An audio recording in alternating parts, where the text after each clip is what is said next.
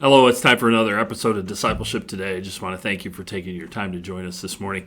We've been walking through the book of John as a discipleship text because of that special relationship that John had with Jesus. And as we go into chapter 19, we're in the middle of the trials and the crucifixion of Jesus. And I'm going to read verses 1 through 11 in the ESV, the English Standard Version. And it says there, "Then Pilate took Jesus and flogged him. And the soldiers twisted together a crown of thorns and put it on his head and arrayed him in purple robes. They came up to him saying, 'Hail, King of the Jews,' and struck them with their hands. Pilate went out again and said to them, 'See, I am bringing him out to you that you may know that I find no guilt in him.' So Jesus came out wearing the crown of thorns and the purple robe. Pilate said to them, 'Behold the man.' When the chief priests and the officers saw him, they cried out, 'Crucify him, crucify him.' Pilate said to them, 'Take him yourselves and crucify him, for I find no guilt in him.' The Jews answered him, 'We have a law, and according to that law he ought to die because he made himself the Son of God.' When Pilate heard this statement, he was even more afraid. He entered his headquarters again and said to Jesus, 'Where are you from?' But Jesus gave him no answer. So Pilate said to him, 'You will not speak to me? Do you not know that I have the authority to release you and the authority to crucify you?' Jesus answered him, 'You would have no authority over me at all unless it was given to you from above. Therefore, he who delivered me over to you has the greater sin.'" As we go back and we talk about this a little bit, there's a couple of things that I really want you to notice here in this section of Scripture. First of all, in verse 1 it says, "And then Pilate took Jesus and flogged him." Jesus hadn't been convicted of any crime at this point. Why would you flog an innocent man? And I think the thought there is that Pilate was going to try and appease these Jews even before he found him innocent. And I know that we all get considering that Jesus was probably hit 39 times.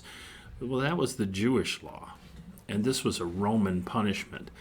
The chances are that he was beaten so severely that he could probably hardly stand at this point.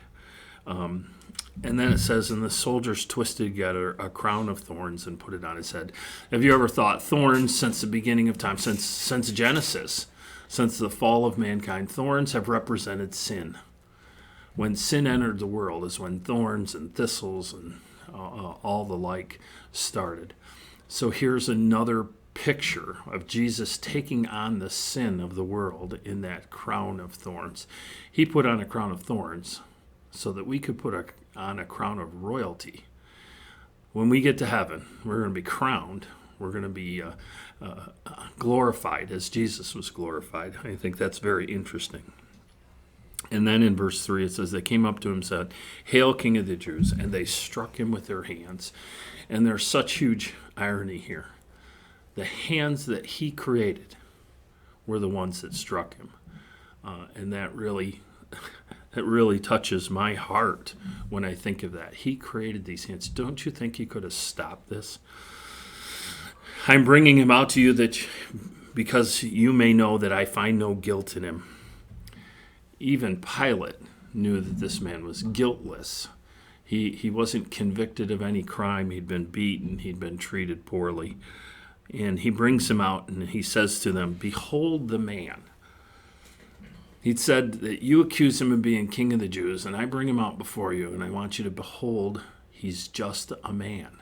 After he'd been beaten and clothed in purple and crowned with this crown of thorns. And when the officers saw it, they cried out, "Crucify him, crucify him." You see that it's the religious leaders of the day that really had a problem with Jesus. It wasn't the common man. The common man normally accepted Jesus for what he was, what he said he was. It was the religious leaders who felt threatened, that were really critical of Jesus and were driving this whole thing.